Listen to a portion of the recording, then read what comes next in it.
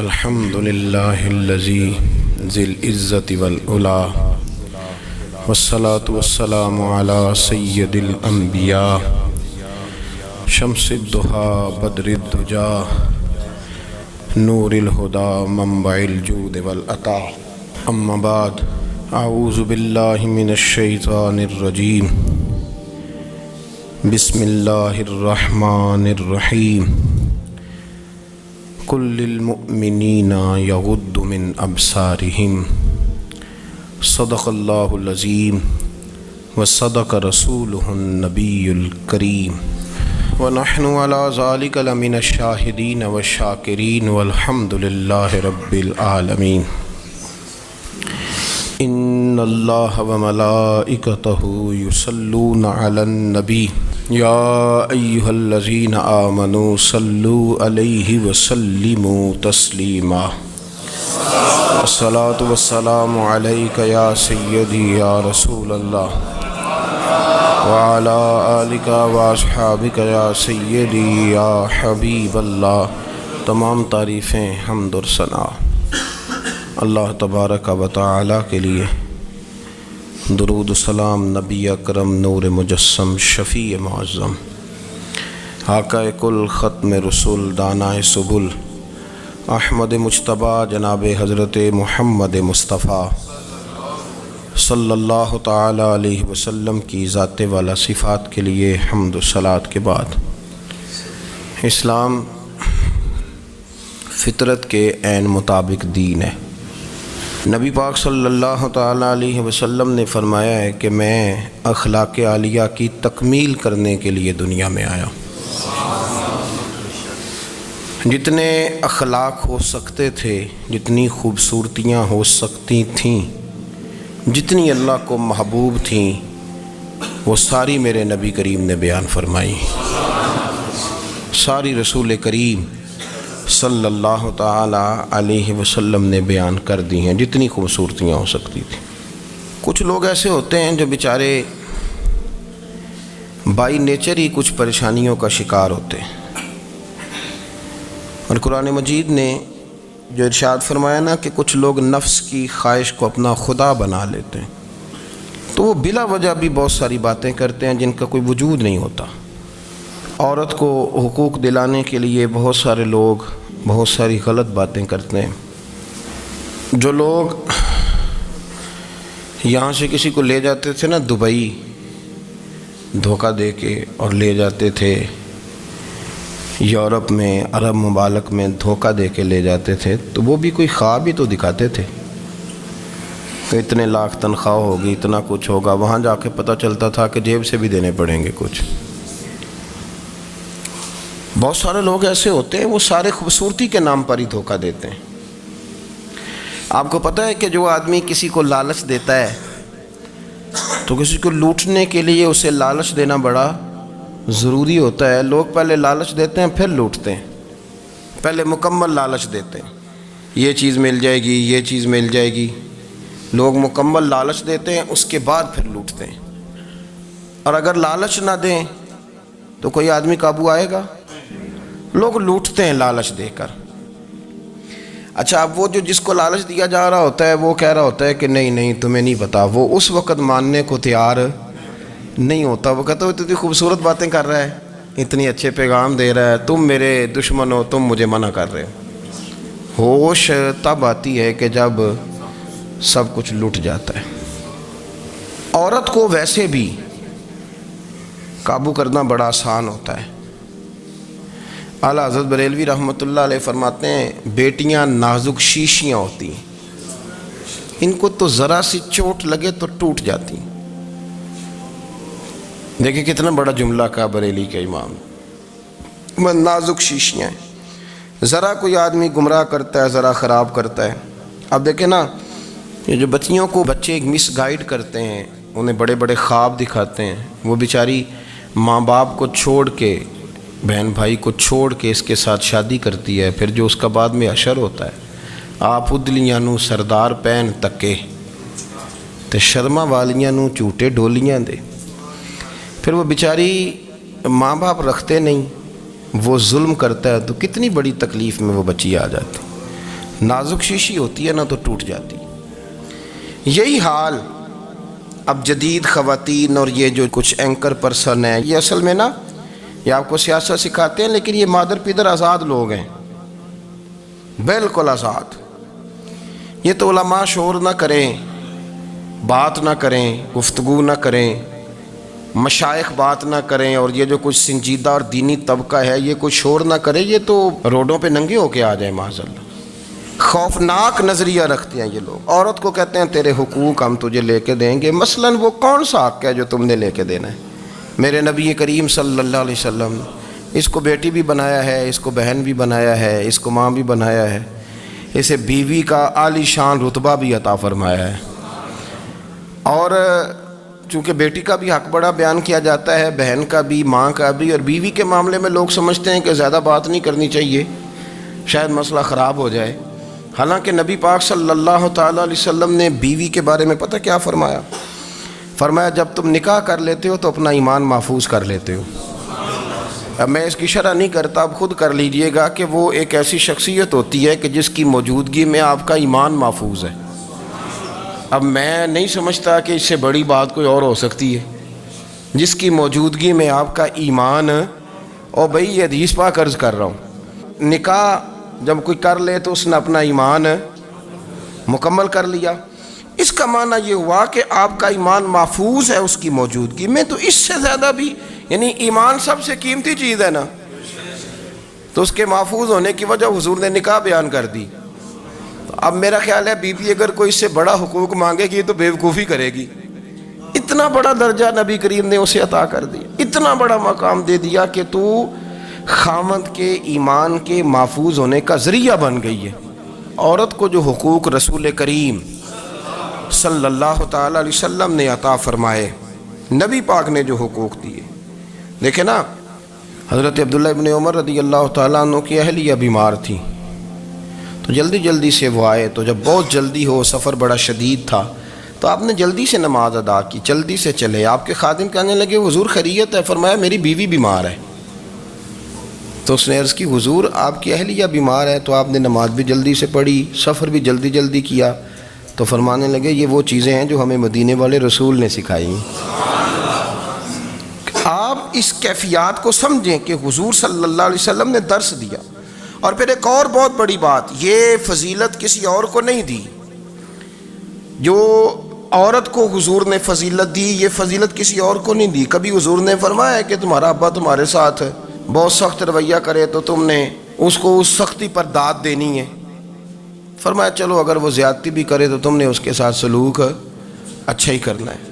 لیکن آپ ایک بات کو سمجھے نا کہ بچے کے بارے میں، بیٹے کے بارے میں، بیٹی کے بارے میں فرمایا 10 سال کے ہو کے نماز نہ پڑھیں تو سختی کرو، تمہارا ڈنڈا بھی لٹکنا چاہیے. بہت ساری جگہوں پہ بہت سارے لوگوں کے لیے سختی کا حکم دیا، لیکن عورت کے لیے حضور نے جو جملے کہے، اصل میں ہم سمجھتے ہیں کہ یہ ایک بات ہے، مشہور ہو گئی ہے روایت حدیث، تو بس اس کے پس منظر پر اور جملوں کے حسن پر شاید معاذ اللہ غور کرنے کی ضرورت نہیں. ذرا اس لفظ کی تاثیر پر غور کریں. حضور نے فرمایا عورت ٹیڑھی پسلی سے پیدا کی گئی ہے، یہ ٹیڑھی ہے، اس کو سیدھا کرنے کی کوشش کرو گے تو ٹوٹ جائے گی. تو حضور پھر ہمارے لیے حکم کیا ہے؟ فرمایا جیسی ہے تم اسی کے ساتھ نبھا کرو. آپ سمجھیں کہ اتنا محفوظ حضور نے درجہ دے دیا بی بی کو، اتنا محفوظ کہ فرمایا غلطی بھی ہو تو میرے غلاموں تم اس کے ساتھ نبھا کرو، گزارا کر لو. کو کیا اور حق چاہیے عورت کو، جس کو اس کی غلطیوں سمیت نبی پاک نے قبول کرنے کا حکم دے دی کہ اس کی کمزوریوں سمیت قبول کر لو. اب اس کو اور کیا، کوئی کمزوریوں سمیت قبول کرتا ہے؟ کبھی آپ دکان پہ بیٹھے ہو تو آپ کہیں بھی اس میں یہ بھی غلطی، میرے مال میں یہ بھی کمزوری ہے، یہ بھی کمزوری ہے، یہ بھی کمزوری ہے، تو کر لے قبول. کرتا ہے کوئی؟ کوئی شخص ایسا ہو جو کسی چیز کی کمزوریاں بیان کر کے کہ اسے قبول کرو؟ پر رسول کریم صلی اللہ تعالیٰ علیہ وسلم نے نا ہمیں سبق دیا، حضور نے ہمیں درس دیا، نبی پاک نے ہمیں پیغام دیا. فرمایا یہ ٹیڑھی ہے، سیدھی کرنے کی کوشش کرو گے تو بیچاری ٹوٹ جائے گی، تو اس کے ساتھ نبھا کر جاؤ. آپ میری بات کو سمجھیے گا. چلیں میں اس پر ایک اور بخاری مسلم کی حدیث پڑھتا ہوں. حضرت سلمان فارسی رضی اللہ تعالیٰ عنہ اور حضرت ابو دردہ کے درمیان بھائی چارہ تھا۔ مکے سے مدینے جب لوگ آئے تو حضور نے بھائی بھائی بنایا تھا، ان کے درمیان بھائی چارہ تھا، تو ابھی پردے کی آیات نازل نہیں ہوئی تھیں تو لوگ ایک دوسرے کی طرف جاتے تھے۔ حضرت سلمان فارسی رضی اللہ تعالیٰ عنہ حضرت ابو دردہ رضی اللہ تعالیٰ عنہ کے گھر میں تشریف لے گئے تو دیکھا کہ ان کی بیوی بڑی غمگین بیٹھی ہیں۔ تو ہم نے فرمایا بہن کیا ہوا؟ تو کہنے لگی تمہارے بھائی کو دلچسپی کوئی نہیں رہی، ہر روز روزہ رکھ لیتا ہے اور ساری رات نفل پڑھتا ہے۔ حضرت سلمان فارسی کہنے لگے ٹھیک ہے کر لیتے ہیں بندوبست۔ نماز دین ہے کہ نہیں؟ دین ہے نا یہ چیزیں۔ لیکن حضرت سلمان فارسی جناب ابو دردہ سے کہنے لگے آج میں نے تیرے گھر میں رہنا رات کو، کیونکہ وہ تو ساری رات نماز پڑھتے تھے، نفل پڑھتے تھے۔ انہوں نے کہا ٹھیک ہے، ایک بستر لا کے بچھا دیا حضرت سلمان فارسی کے لیے۔ سلمان فارسی فرمانے لگے دوسرا بھی لا۔ کہا وہ کیا کرنا ہے؟ فرمانے لگے تو نے بھی سونا ہے، میں نے بھی سونا ہے، تو نے بھی سونا ہے، عشاء پڑھیں گے اور پھر دونوں سوئیں گے۔ کہا میں نے تو نماز پڑھنی ہے۔ فرمایا تہجد کے وقت اٹھ کے پڑھیں گے، اللہ کے رسول بھی رات آخری حصے میں جا کے نماز پڑھتے ہیں۔ ادھر ساتھ سلا لیا، وہ تھوڑی کو دیر سوئے، اب عادت تھی ساری رات اٹھنے کی، ذرا اٹھنے لگے بستر سے تو حضرت سلمان فارسی فرمایا چپ کر کے سو جا، وہ بڑی رات پڑی ہوئی، چپ کر کے سو جا۔ وہ لیٹ گئے، پھر اٹھنے لگے تو فرمایا سو جا چپ کر کے، بڑا ٹائم ہے۔ سحری کے وقت اٹھے، نفل پڑھے، ان کا ارادہ تھا روزہ رکھنے کا، تو فرمانے لگے کل رکھا تھا نا نفلی روزہ؟ جی رکھا تھا۔ پرسوں بھی رکھا تھا، ترسوں بھی رکھا تھا۔ فرمایا آج نہیں رکھنا، آج میں تیرا مہمان ہوں، سارا دن کٹھے مل کے روٹیاں کھائیں گے، آج نہیں روزہ رکھنا، سلا دیا۔ اب حضرت ابو دردہ رضی اللہ تعالیٰ عنہ کہہ تو کچھ نہ سکے، پر کہنے لگے سلمان تم پتہ تم کیا کر رہے ہو، نہ تم نے مجھے رات اٹھ کے زیادہ نفل پڑھنے دیے، سویرے روزہ نہیں رکھنے دیا۔ تو حضرت سلمان فارسی کہنے لگے کوئی لمبی بات تو نہیں نا، چلتے ہیں نا ابھی فجر میں مسجد نبی میں، تو نبی پاک کو بتاتے ہیں سرکار دو عالم علیہ السلام کی خدمت میں تو اپنی بات کرنا، میں اپنی کروں گا، حضور نتیجے کا اعلان فرما دیں گے، بات طے ہو جائے گی۔ حاضر خدمت ہوئے، عرض کی یا رسول اللہ صلی اللہ تعالیٰ علیہ وسلم یہ ساری رات نفل پڑھتے ہیں، ہر روز روزہ رکھتے ہیں، ان کی اہلیہ غمگین بیٹھی ہیں، حکم فرمائیں۔ تو نبی پاک صلی اللہ علیہ وسلم نے فرمایا پھر ہوا کیا؟ یا رسول اللہ میں نے رات سلایا ہے، سحری میں اٹھایا ہے، سویرے روزہ نہیں رکھنے دیا۔ نبی پاک نے فرمایا سلمان فارسی نے ٹھیک کیا ہے، سلمان فارسی نے ٹھیک کیا۔ پھر حضور نے فرمایا، نبی کریم نے فرمایا ابو دردہ تیرے اوپر اگر اللہ کا حق ہے، اس کے رسول کا حق ہے، دین کا حق ہے، تو فرمایا تیری آنکھ کا بھی تیرے اوپر حق ہے، تیرے وجود کا بھی تیرے اوپر حق ہے۔ یہ حضور نے فرمایا تیرے بچوں کا بھی تیرے اوپر حق ہے، تیری بیوی کا بھی تیرے اوپر حق، اس حق کو بھی سمجھے۔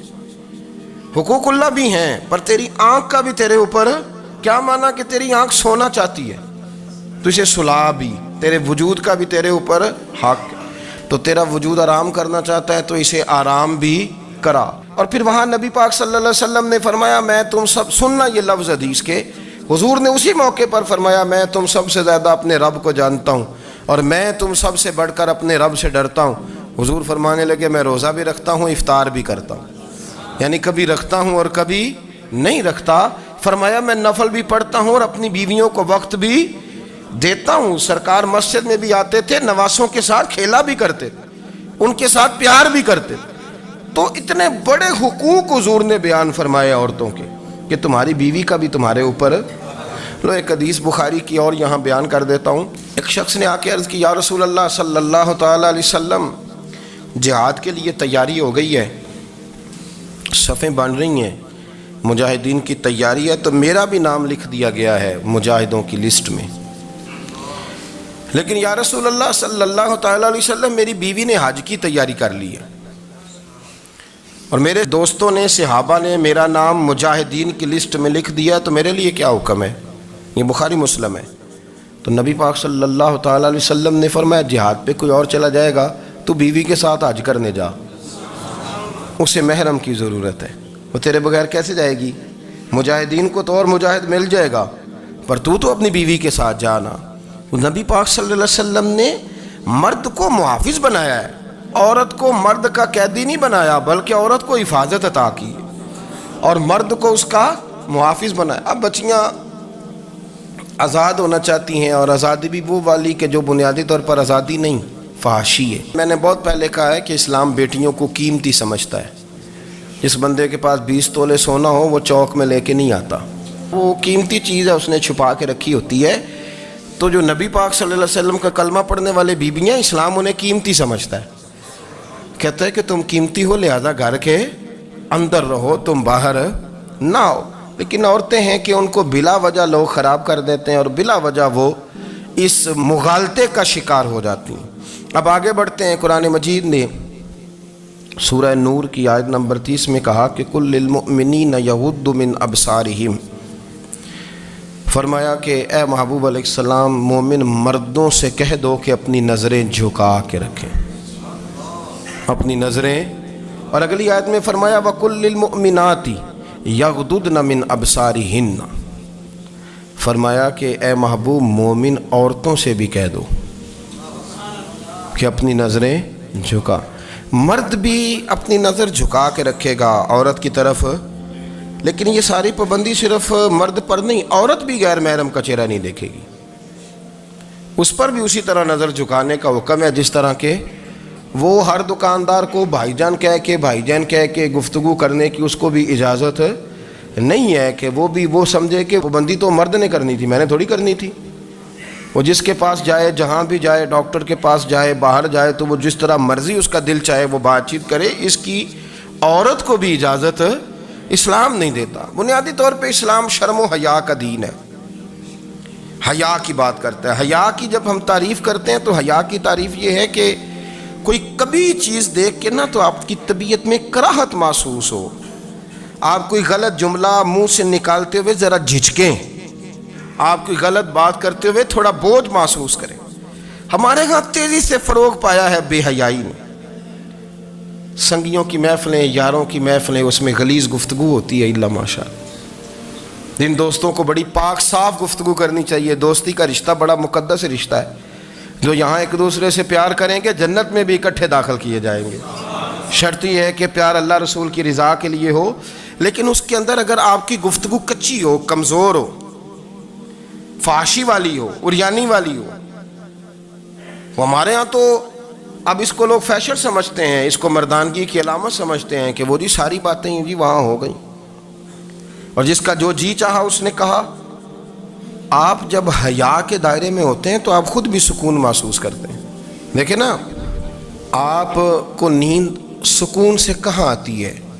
جہاں کمرہ بند ہو، چاروں جانب دیوار ہے، اوپر چھت ہے، خالی دروازہ بھی کھلا ہوا ہونا تو جب بندہ سکون لینا چاہتا ہے تو کہتا ہے یار ذرا دروازہ ذرا بند کر دو۔ وہ اچھی طرح اپنے آپ کو چھپا لیتا ہے نا حیا کے پردے میں، تو اللہ اسے سکون عطا کرتا ہے۔ اور جو اس سے بھی زیادہ ٹھنڈی نیند میں جانا چاہتا ہے وہ کہتا ہے لائٹ بھی بند کر دو۔ اب وہ مکمل طور پہ سمجھتا ہے کہ میں چاروں جانب سے چھپ گیا ہوں، اگر میں کھول کے بھی سو جاؤں گا تو میرا چونکہ پردہ قائم ہے تو مجھے کوئی دشواری نہیں ہوگی۔ آپ جب چھپ جاتے ہیں، جب آپ حیا کے اندر سمٹ جاتے ہیں، جب آپ چادر کے اندر آ جاتے ہیں تو آپ بہت ساری جگہوں پہ آسانی محسوس کرتے ہیں۔ تو حیا تو آپ کو سکون دیتی ہے، حیا تو دل کو راحت دیتی ہے۔ میں بڑی ذمہ داری سے بات عرض کرتا ہوں، قرآن مجید نے نا ایک مقام پہ مذاق کو، ایک مزاح ہوتا ہے خوش طبی، وہ نہیں، مذاق اڑانا، قرآن پاک نے نا مذاق کو ایک جگہ پہ جاہلوں کا طریقہ بھی قرار دیا ہے۔ بنی اسرائیل کے لوگوں سے حضرت موسیٰ نے کہا کہ گائے ذبح کرو اور ایک ٹکڑا مقتول کو مارو، زندہ ہو کے خود بتا دے گا مجھے کس بندے نے قتل کیا۔ تو کہنے لگے آپ ہمارے ساتھ مذاق کر رہے ہیں۔ تو قرآن مجید کہتا ہے کہ حضرت سیدنا موسیٰ علیہ السلام فرمانے لگے اعوذ باللہ ان اکون من الجاہلین، فرمانے لگے میں اللہ کی پناہ مانگتا ہوں کہ میں جاہلوں میں سے ہو جاؤں۔ یہ مذاق کرنا تو جاہلوں کا طریقہ ہے۔ اگر آپ کی زبان سے بے حیائی کا جملہ نکل گیا، اگر آپ کی زبان سے بے حیائی کا جملہ نکل گیا، آپ نے کہہ دیا کہ ہم آزاد لوگ ہیں، جو مرضی کریں گے، جو مرضی کہیں گے، جو ہمارا دل میں آئے گا کریں گے، تو پھر تو لوگ آپ کا وہ حشر کریں گے کہ آپ سے برداشت ہی نہیں ہوگا۔ جس کا لوگ مذاق بنا لیتے ہیں اور جو مذاق بن جاتا ہے پھر اسے کچھ جینے دیتا ہے۔ آپ حیا کی چادر میں چھپیں گے تو بچیں گے۔ اگر آپ نے اپنا مذاق بنوا لیا یہ کہہ کے کہ میں نے مرضی کرنی ہے، پھر یاد رکھنا چھپنے کو جگہ نہیں ملے گی، پھر تکلیف میں آ جائیں گے، پھر بہت بڑی اذیت کا شکار ہو جائیں گے۔ شرم و حیا، عرب کے اندر جو کنواری لڑکیاں تھیں ان میں بڑی حیا ہوتی تھی، الحمدللہ میں بڑے فخر سے کہتا ہوں کہ میرے پنجاب کی، میرے پاکستان کی بیٹیاں بھی 20 دفعہ ان کا ابا کہے تیری شادی کرنی ہے تو وہ آنکھ نہیں اٹھا پاتی آج بھی۔ یہ تو وہ چند لوگ ہیں جو کہتے ہیں ہم ہائی کلاس ہو گئے، ہمیں نہیں پتا کہ وہ روشن خیال ہو گئے ہیں کہ روغن خیال ہو گئے، پتہ نہیں کدھر چلے گئے۔ ورنہ ہماری بیٹیاں آج بھی جب ان سے ان کا باپ، ان کی ماں بات کرتی ہے تیری شادی کی، تو وہ تو شرم کے ساتھ پچھلے سے پچھلے کمرے میں چھپتی ہیں۔ یہ اللہ نے فضل کیا ہوا ہے اس ملت پر۔ تو عرب کی لڑکی بڑی حیا والی ہوتی تھی، اس سے کوئی بات کرنی پڑتی تھی تو 20 دفعہ بات کی جاتی، پھر بھی وہ عورت چھپتی پھرتی تھی۔ حضرت عائشہ صدیقہ رضی اللہ تعالیٰ عنہ فرمانے لگیں میرے نبی پاک صلی اللہ علیہ وسلم عرب کی کواری لڑکیوں سے بھی زیادہ حیا کرنے والے۔ قاضی اعجاز مالکی نے، شیخ عبدالحق محدث دہلوی نے، دیگر بزرگ جو سیرت نگار گزرے انہوں نے لکھا ہے کہ نبی پاک صلی اللہ علیہ وسلم کے اندر 100 مردوں سے زیادہ طاقت تھی، 100 مردوں سے زیادہ طاقت۔ اب جو بات کہنے لگا ہوں، جو نتیجہ دینے لگا ہوں، اس پر خاص توجہ آپ فرمائیں گے۔ ذرا فکری طور پر، نظریاتی طور پر ایک چیز کو سمجھیے۔ ہم سمجھتے ہیں کہ جوان لڑکا ہے جی جو مرضی کرے، عمر ہے جی۔ آپ ذرا بات پر غور کیجئے گا کہ حضور صلی اللہ علیہ وسلم میں طاقت 100 مردوں سے زیادہ ہے اور حیا کواری لڑکیوں سے بھی زیادہ ہے۔ ذرا اس بات کا تقابلی جائزہ کیجئے گا کہ طاقت 100 مرد سے زیادہ ہے لیکن حیا کواری لڑکی سے بھی زیادہ ہے۔ اس کا معنی یہ ہوا کہ جس ٹہنی کو پھل زیادہ لگ جاتے ہیں وہ جھکا کرتی تو حیا تو حسن ہے، حیا تو آپ کو پاک صاف کرے گا، حیا تو آپ کو نرالا کرے گا، انوکھا کرے گا۔ وہ ہمارے ایک دانشور ہے، تو انہوں نے مضمون لکھا، کئی باتیں بڑی پسند آتی ہیں۔ وہ کہتے ہیں کہ میری اہلیہ، ان کو بھی کسی نے مس گائیڈ کر دیا تھا، حالانکہ اچھی خاتون ہے، کسی نے مس گائیڈ کر دیا، تو وہ بھی سماجی اور ویلفیئر اور یہ خواتین کو شوق ہوتا نا بننے کا، تو وہ بھی سماج کے اندر اچھا مقام تلاش کرنے کے موڈ میں آ گئی۔ تو کہیں ایک دن جانا تھا تو بڑی بن سنور کے میرے ساتھ وہ گاڑی میں بیٹھ گئی۔ تو میں گاڑی میں، عورتوں کو یہ بھی مسئلہ ہوتا ہے نا کہ ہماری تعریف کرو، تو کئی دفعہ بعض مردوں بیچاروں کو جھوٹ بولنا پڑتا ہے، تو زبردستی کراتی ہیں نا جی۔ تو اس میں گنجائش بھی دی ہے شریعت نے گنجائش دی ہے کہ کبھی بیوی کو راضی کرنے کے لیے خلاف واقعہ بات کرنی پڑے تو کر لینی چاہیے، تو وہ کراتی بھی ہیں۔ 3 موقع پر خلاف واقعہ بات کرنے کی اجازت ہے، یعنی واقعے کے خلاف بھی آپ بات کر سکتے ہیں۔ جنگ کے موقع پر 2 لوگوں کو صلح کرانے کے لیے اور بیوی کو راضی کرنے کے لیے کر لیں کوئی ایسی بات، بے شک اپنی طبیعت پہ جبر کر کے کر لیں، گنجائش ہے، اجازت ہے۔ تو وہ کہتے ہیں جب وہ گاڑی میں میرے ساتھ بیٹھی بن سنور کے، تو وہ تقاضا کرنے لگی کہ میں نے بڑے اچھے کپڑے پہنے ہیں پر آپ نے توجہ نہیں کرائی۔ تو وہ سیاںا بندہ تھا، وہ چاہ رہا تھا کہ میری خاتون سمجھ جائیں۔ وہ کہتے ہیں مجھے پتہ تھا کہ بیچاری مس گائیڈ ہو گئی ہے، دل کی بڑی اچھی ہے، سیاਣੀ ہے، لیکن اس کو کچھ خواتین نے، کچھ لوگوں نے مل کے اس کو ذہن غلط کر دیا ہے کہ سماج میں نکلو، باہر جاؤ، کام کرو، فلاں کرو، اپنی مرضی سے جیو۔ تو میرے ساتھ گاڑی میں بیٹھی کہیں جانے کے لیے، تو مجھ سے کہنے لگی کہ آپ نے میری طرف توجہ ہی نہیں کی، آپ نے کوئی ذکر ہی نہیں کیا کہ میں کیسی لگ رہی ہوں۔ تو وہ کہتے ہیں میں نے اسے کہا کہ اگر تو ناراض نہ ہو تو پھر میں صحیح والی تعریف کر دوں۔ تو اس نے کہا کہ آپ کر دیں۔ تو کہتے ہیں میں نے درد سے اور خلوص سے اپنی بیوی سے کہا، خلوص کے ساتھ میں نے کہا میں تو روز گھر ہوتا ہوں، روز شام کو گھر ہوتا ہوں، اگر تو میرے لیے تیار ہوتی تو میں تیری تعریف کرتا، لیکن آج تو باہر جانے کے لیے تیار ہوئی، تو پھر ان سے تعریف کی امید رکھ جن کے لیے تو نے تیاری کی ہے۔ میرے لیے تیاری کرتی تو میں تو ہر شام تیرے پاس ہوتا ہوں۔ کہتے وہ میرے لفظوں میں درد تھا تو وہ بھی رو پڑی اور کہنے لگی آپ گاڑی روک دیں، مجھے باہر جا کے کسی کو راضی نہیں کرنا، میں نے اسے راضی کرنا ہے جس کو رب کریم نے میرا شوہر بنایا ہے اور میرے لیے منتخب کیا ہے، میرے ماں باپ کو۔ میں واپس لوٹتی ہوں۔ یہ ایک پہلو ہے سلگتا ہوا، اس کو سمجھا جائے۔ رسول کریم صلی اللہ علیہ وسلم عرب کی کواری لڑکیوں سے زیادہ حیا والے تھے، کواری لڑکیوں سے زیادہ حضور حیا فرمایا کرتے تھے۔ جب خانہ کعبہ کی مکہ شریف میں تعمیر ہو رہی تھی نا، اہل عرب اس کو تعمیر کر رہے تھے، تو نبی پاک صلی اللہ علیہ وسلم اپنے چچا حضرت عباس کے ساتھ خانہ کعبہ کی تعریف میں مصروف تھے۔ تو عرب کے لوگ چونکہ لمبا کرتا پہنتے تھے پیروں تک، تو نیچے اگر کسی وقت کوئی چیز نہیں بھی ہوتی تھی تو کسی کو وہ نظر نہیں آتی تھی، چونکہ پردہ رہتا تھا، ایک لمبا کرتا پہنا ہوا ہوتا تھا۔ تو جب بچے، سرکار کی عمر مبارک بھی ابھی تھوڑی تھی، تو اس طرح بچے جب نکلتے تو وہ کئی دفعہ اپنی تہمت اتار دیتے نیچے سے، اور کوئی مزدوری کرنے لگتے تو 3-4 طے کر کے نا تہمت کی کندھے پہ رکھ لیتے، جس طرح کبھی دیہاتوں میں لوگ کپڑا سر پہ رکھتے تھے کہ اوپر اگر کوئی وزنی چیز رکھیں گے تو وہ تکلیف نہیں دے گی۔ نبی پاک صلی اللہ علیہ وسلم بھی سب لوگوں کے ساتھ خانہ کعبہ کی تعمیر میں شامل تھے۔ تو حضرت عباس رضی اللہ تعالیٰ عنہ نے کہا حضور سے، ابھی اللہ نے نبوت بھی نہیں فرمایا تھا، بھتیجے آپ بھی تامد اتاریے، یہ صحیح مسلم میں حدیث موجود ہے، اور اس کو کندھے پہ رکھ لیجیے، آپ اینٹیں اٹھا کے لا رہے ہیں تو ذرا آپ کو تکلیف نہیں ہوگی۔ تو سرکار دو عالم صلی اللہ علیہ وسلم سے یہ بات کہی، اور پھر جلدی سے حضور کی تہمت کو نکال کے نا، حالانکہ لمبا کرتا پہنا ہوا ہے، تو وہ جیسے ہی ان کے کندھے پہ رکھا اینٹیں رکھنے کے لیے، تو سرکار تو زمین پہ گر گئے، بے ہوش ہو گئے، آنکھیں آسمان کی طرف، اور پھر حضور پکار رہے ہیں آزاری آزاری آزاری، میرا تامت دے دو، میرا تامت دے دو۔ کبھی کوئی شخص اس وجہ سے بھی بے ہوش ہوا ہے کہ میرے وجود سے کپڑا اتر گیا ہے؟ حالانکہ سرکار پر وہ بے ہوشی بھی نبی پاک کا وہ جو غلبہ ہے نا شرم و حیا کا، اس کی وجہ سے ہوا، ورنہ تو حضور فرماتے ہیں کہ میری آنکھیں سو جاتی ہیں، دل تو میرا اس عالم میں بھی جاگتا رہتا ہے۔ تو سرکار زمین پہ تشریف لے آئے، آنکھیں میرا تامت دے دو، میرا تامت دے دو، تو جلدی سے انہوں نے تامت دیا تو حضور نے باندھ لیا۔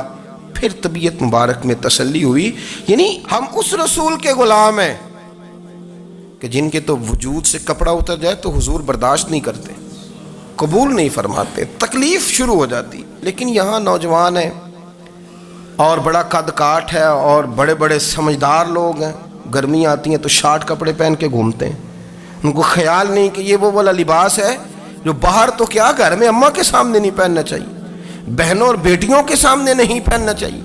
آپ کی گفتگو میں شرم و حیا ہو، آپ کے لب و لہجے کے اندر حسن ہو۔ آپ کو پتہ ہے نبی پاک صلی اللہ علیہ وسلم نے فرمایا میری امت میں سب سے زیادہ حیا کرنے والے عثمان غنی ہیں، عثمان غنی سب سے زیادہ حیا کرنے والے۔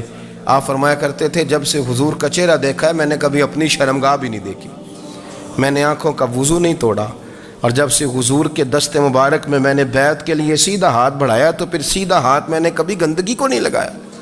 حیا تھی۔ آپ باتھ روم کے اندر بھی غسل فرماتے تھے تو کپڑوں سمیت کرتے تھے۔ کسی نے کہا حضرت جی واش روم کے اندر کیوں نہیں کپڑے اتارتے؟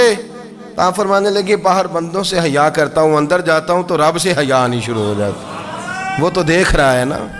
تو میں جو بات آپ کی خدمت میں عرض کرنا چاہتا ہوں اس کو آپ سمجھیے گا میرے عزیز، کہ شرم والا مزاج، گفتگو بھی شرم والی، آنکھیں بھی شرم والی، لباس بھی شرم والا، دوستی یاری بھی شرم والی، بہت ساری ایسی باتیں۔ دیکھیں نا آپ ذرا، میں نے کہا کہ باتوں کو سن کے گزر نہ جایا کریں، اس کی گہرائی پر غور کریں۔ حضور علم کا سمندر ہے، سرکار سے زیادہ علم دنیا میں کسی کے پاس موجود نہیں ہے، اور صحابہ کو موقع ملا ہوا ہے اس سمندر سے فیض لینے کا، لیکن ان کی حالت یہ ہے کہ حضرت علی المرتضیٰ فرماتے ہیں 14 دن گزر جاتے، حضور سے کوئی سوال پوچھنا ہوتا تھا پر میں شرم کے مارے نہیں پوچھ پاتا تھا۔ 14 دن بخاری شریف میں موجود ہے۔ ایک دن نبی پاک صلی اللہ علیہ وسلم نے پوچھا صحابہ سے کہ وہ کون سا درخت ہے جس کے پتے نہیں گرتے، اور وہ درخت اس طرح ہے جس طرح مومن ہوتا ہے، وہ درخت میرے مومن کی طرح بتاؤ۔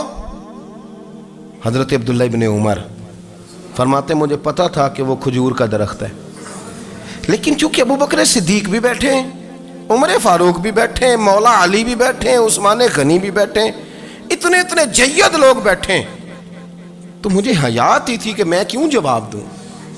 کہتے ہیں سرکار نے کئی دفعہ پوچھا، لوگوں نے کئی اور درخت بتائے، پر فرمایا تمہارا جواب درست نہیں ہے۔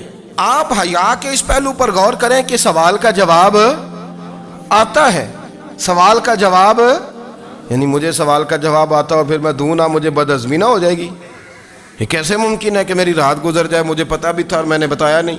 بہت سارے لوگ آ کے بہت ساری باتیں بتاتے ہیں، بہت ساری باتیں وہ سمجھاتے ہیں، تو ہم غور سے ان کا چہرہ دیکھنے لگ جاتے ہیں، کہتے ہیں یار اس کا تو دعویٰ تھا کہ میں سمجھنے آتا ہوں، تو یہ تو ہمیں سمجھا رہا ہے، چلو الحمدللہ ہم سمجھنے کو تیار ہیں۔ لیکن میرے عزیز پتہ بھی ہے جواب کا، علم بھی ہے، لیکن فرماتے ہیں میری حیا نے مجھے اجازت نہ دی کہ میں جواب دوں۔ آپ فرماتے ہیں پھر حضور سے صحابہ نے عرض کی کہ یا رسول اللہ آپ ہی بتا دیں وہ درخت کون سا ہے، تو حضور نے فرمایا بھئی وہ کھجور کا درخت ہے۔ تو آپ فرماتے ہیں میں دل ہی دل میں کہہ رہا تھا کہ الحمدللہ میرا جواب درست ہے، حالانکہ میں نے جواب دیا ہی نہیں۔ تو لفظوں میں حیا، جملوں میں حیا، آنکھوں میں حیا، اٹھنے میں حیا، بیٹھنے میں حیا، چلنے میں حیا ایک خوبصورت حسن ہے۔ اور نبی پاک صلی اللہ علیہ وسلم نے فرمایا جب تو بے حیا ہو جائے نا پھر تو آزاد ہے، پھر تو جو مرضی کا، پھر تو جو۔ اس لیے بزرگ جب کسی کو بے حیا کہتے تھے نا، اللہ اکبر، اور جب کسی کو کہتے تھے نا یہ بے حیا ہے تو لوگ سمجھتے تھے کہ کوئی ہلکی سی بات کر دی ہے، لیکن ان کا معنی یہ ہوتا تھا کہ بس بھئی اب اس کے ساتھ کوئی کلام کرنے کی ضرورت ہے، اس کو اب اصلاح کی ضرورت نہیں، یہ بے حیا ہے۔ کیا معنی کہ اب یہ جو اس کے دل میں آئے گا وہ کرے گا، جو اس کی طبیعت چاہے گی وہ کرے گا، اب یہ کسی پہلو بھی قابو آنے کو تیار، بے حیا ہو گیا۔ بے حیائی بہت بڑا عیب ہے۔ اور جو لوگ کہتے ہیں کہ ہمیں بالکل آزادی ہونی چاہیے، ہمارا اپنا جسم ہے تو ہماری اپنی مرضی چلے گی۔ ایک وزیر صاحب ہیں، پتہ نہیں میں ان کو جانتا تو نہیں، انہوں نے سینٹ میں تقریر کی ہے، میں نے ان کی بات سنی ہے۔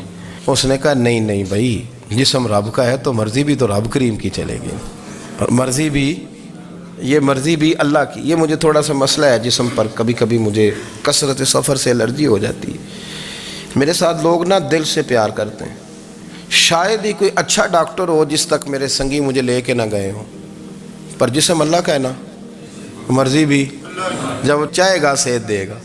کیوں کچے کاموں میں لوگ پڑ گئے ہیں، کیوں غلط لوگ سوچ میں پڑ جاتے ہیں، یہ اسی کا ہے۔ اور جب وہ چاہے گا، آپ اس بات کو اچھے طریقے سے سمجھ لیں کہ جو اپنی مرضی چوکوں چوراہوں میں کر رہے ہوتے ہیں نا، جو مرضی گند مند، وہ جانور ہوتے ہیں، وہ جانور ہوتے ہیں جو نہ چونک دیکھتے ہیں نہ گلی دیکھتے ہیں، نہ انہیں پتہ ہوتا ہے کہ جگہ کون سی ہے۔ وہ انسان، میں نے کہہ دیا جو میں نے کہنا تھا، میں نے کہہ دیا، وہ جانور ہوتے ہیں۔ اور جو کچھ انسان ہوتے ہیں نا، ان کے اندر کچھ نہ کچھ پھر شرم حیا بھی ہوتی ہے۔ وہ چوکوں چوراہوں میں وہ حرکتیں اور وہ کام نہیں کرتے جو جانور کرتے ہیں۔ ان کے لیے بڑے پردے ہوتے ہیں، ان کے لیے بڑی باتیں ہوتی ہے، ان کے لیے بڑا کچھ ہوتا ہے۔ جو بالکل آزاد ہو جائے، کوئی پتہ نہ ہو کس وقت کیا کہنا ہے کیا کرنا ہے، تو پھر وہ دائرہ انسانیت سے خارج ہو جاتا ہے۔ ہم آپ کو کیا دعوت دیں، آپ تو وہ باتیں کر رہے ہیں جو اسلام کا انسانیت کے حق میں بھی ٹھیک نہیں، آپ تو وہ والی باتیں کر رہے ہیں جن کا انسانیت بھی تقاضا نہیں کرتی کہ یہ باتیں ہونی چاہیے۔ لیکن ایک بات، میں تو جذباتی نہیں ہوتا، میں بڑے غور سے چیزوں کو دیکھتا ہوں، سنتا ہوں، اور نہ میں ان موسمی مینڈکوں کی۔ وہ مجھے راحت صاحب کہنے لگے جی بڑے بڑے مولوی ایک بندے کے ساتھ بیٹھے ہوئے ہوتے تھے اور وہ روزے میں بڑے بڑے درس دیتا تھا، تو وہ بھی فلانی فلانی حرکتیں کر رہا ہے۔ تو میں نے کہا ہم نے تو پرانا کہا تھا کہ موسمی مینڈک ہے، تو پرانے کہہ رہے ہیں کہ اداکار ہے، تو وہ جہاں کاسٹ کریں گے وہاں وہ اداکاری کرے گا۔ آپ کسی مذہبی جگہ کر لیں تو وہاں کر لے گا، کہیں اور جگہ کریں گے تو ہم تو پرانا کہہ رہے ہیں۔ تو کسی کو کبھی سمجھ آتی ہے تو کسی کو کبھی اور جگہ جا کے سمجھ آتی ہے۔ ہم ان لوگوں سے پریشان نہیں ہوتے، کیوں؟ سن لیں، کوئی مایوسی نہیں، ان کے اندر جتنا زور ہے وہ لگائیں۔ یہ ملک بنا ہے رسول اللہ کے نام پہ، یہ اللہ نے تحفہ دیا ہے امت مسلمہ کو، یہ نبی پاک کے نام پہ بنا ہے، تو یہاں جھنڈا بھی وہی والا بلند ہونا ہے جو مدینے والے رسول کا جھنڈا ہے، اور یہاں وہی کام چلے گا جو نبی پاک نے بیان فرمایا۔ تو اس طرح کئی لوگ آتے ہیں، وہ شور شار کرتے ہیں، چلے جاتے ہیں۔ اتنے نہ پریشان ہوا کریں، بہت سارے لوگ تو بیچارے اس قابل بھی نہیں ہے کہ ان کا نام لیا جائے، مطلب اتنا ہم ان کو اہمیت دے دیں، ان کا ذکر کریں، ان کا نام لیں، ان کی بات کریں، وہ بیچارے اس قابل ہی نہیں ہے، مطلب سٹیٹس ہی نہیں ہے ہمارا۔ اتنے فارغ ہیں ہم کہ اب جو بندہ آئے گا کہانی چھیڑے گا تو ہم چھیڑ جائیں گے۔ اور بھائی اللہ کا فضل ہے الحمدللہ تعالی، لوگوں نے بڑا شور کیا، اور بڑے زمانے سے دنیا شور کر رہی ہے، پر اللہ کے گھر مسجدیں بھری ہوئی ہیں، مسجدیں بھری ہوئی ہیں۔ ہماری بیٹیاں پردے کرتی ہیں، پردے کو پسند کرتی ہیں، وہ حجاب میں رہتی ہیں، وہ سمجھتی ہیں کہ ہمارا اصل حسن کیا ہے۔ تو یہ پراپیگنڈا پرانا چلا آ رہا ہے، اس کا اللہ کے فضل سے امت مسلمہ پہ نہ کبھی اثر ہوا ہے اور نہ کبھی ہوگا انشاءاللہ۔ اللہ تعالی ہمیں حق پر استقامت عطا فرمائے۔